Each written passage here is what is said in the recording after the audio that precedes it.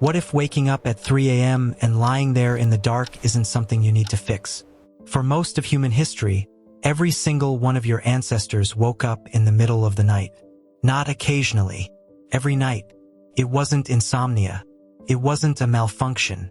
It was just what a human night looked like. But here's the detail almost nobody mentions. They were never awake alone. You are. And that one difference might explain why a completely normal biological event now feels like anxiety instead of peace. To understand why, we have to go back to a time before bedrooms, before blankets, before anyone believed sleep was supposed to be one unbroken block at all. For roughly 300,000 years, human beings spent close to half of every day in near total darkness. Not dim. Not streetlight through the curtains dark. The kind where you can't see your own hand. In that darkness, the world belonged to something else. Leopards, hyenas, wolves, animals built to hunt exactly when human eyesight is at its worst. So night wasn't downtime. It was the most dangerous stretch of every single day. For every human who ever lived, for longer than agriculture, cities, or written language have existed. What changed that equation wasn't strength or speed. It was a decision, the decision to stay close to fire and to stay close to each other. Everything about how ancient humans slept, dreamed, and woke in the night grew out of that one strategy. And it worked so well that pieces of it are apparently still running inside you, underneath centuries of electric light. Once humans had reliable fire, the night stopped being pure threat and became something closer to a second life. Most predators avoid firelight, not because it stops them physically, but because it disrupts everything they rely on to hunt in the dark. Sitting inside that circle of light, humans were safer than their bodies alone could ever make them. But fire did something researchers didn't expect to find. It changed what people talked about. Anthropologists studying hunter-gatherer groups today, communities like the Jew/Hoansi of the Kalahari and the Hadza of Tanzania, have recorded a strange pattern. During the day, conversation is almost entirely practical. Where to hunt, what to gather, who's doing what. Logistics. But at night, around the fire, the subject changes almost completely. The overwhelming majority of nighttime conversation is storytelling. Myths, jokes, tales about people far away, stories about where the world came from. Think about what that means. For tens of thousands of years, night was the only time humans regularly sat still, faced each other, and did nothing but talk and listen. That's not a minor detail.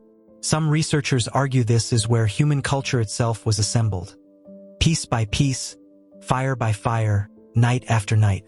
But that's not even the strangest part of what happened after dark. Here's where it gets genuinely strange. Historian Roger Kirch spent years combing through diaries, court records, and medical texts spanning centuries, even passages in Homer, and found the same detail over and over.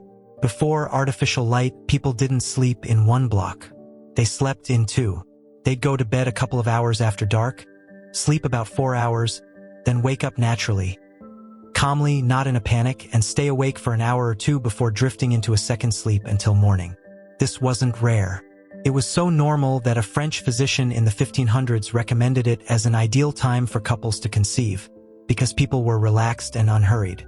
People used the window to pray, to think, to talk quietly with whoever else was near. In 1992, psychiatrist Thomas Ware tested whether this was cultural memory or biology. He put volunteers in total darkness for 14 hours a night, for a month, with no artificial light at all. Within weeks, every single participant settled into the exact same pattern. 4 hours of sleep, a stretch of calm wakefulness, then 4 more hours. Nobody suggested it. Their hormone levels during that middle window even resembled a meditative state, not distress. So the pattern is real. It's biological. Ask yourself the obvious question then. If this is what your body was built to do, why does it feel like something's wrong when it happens now? Here's the piece none of the historical accounts quite spell out, but that sits underneath almost every description of how ancient humans actually slept. They were almost never doing any of this alone. Groups slept together, pressed close for warmth, with children kept at the center and adults arranged around them.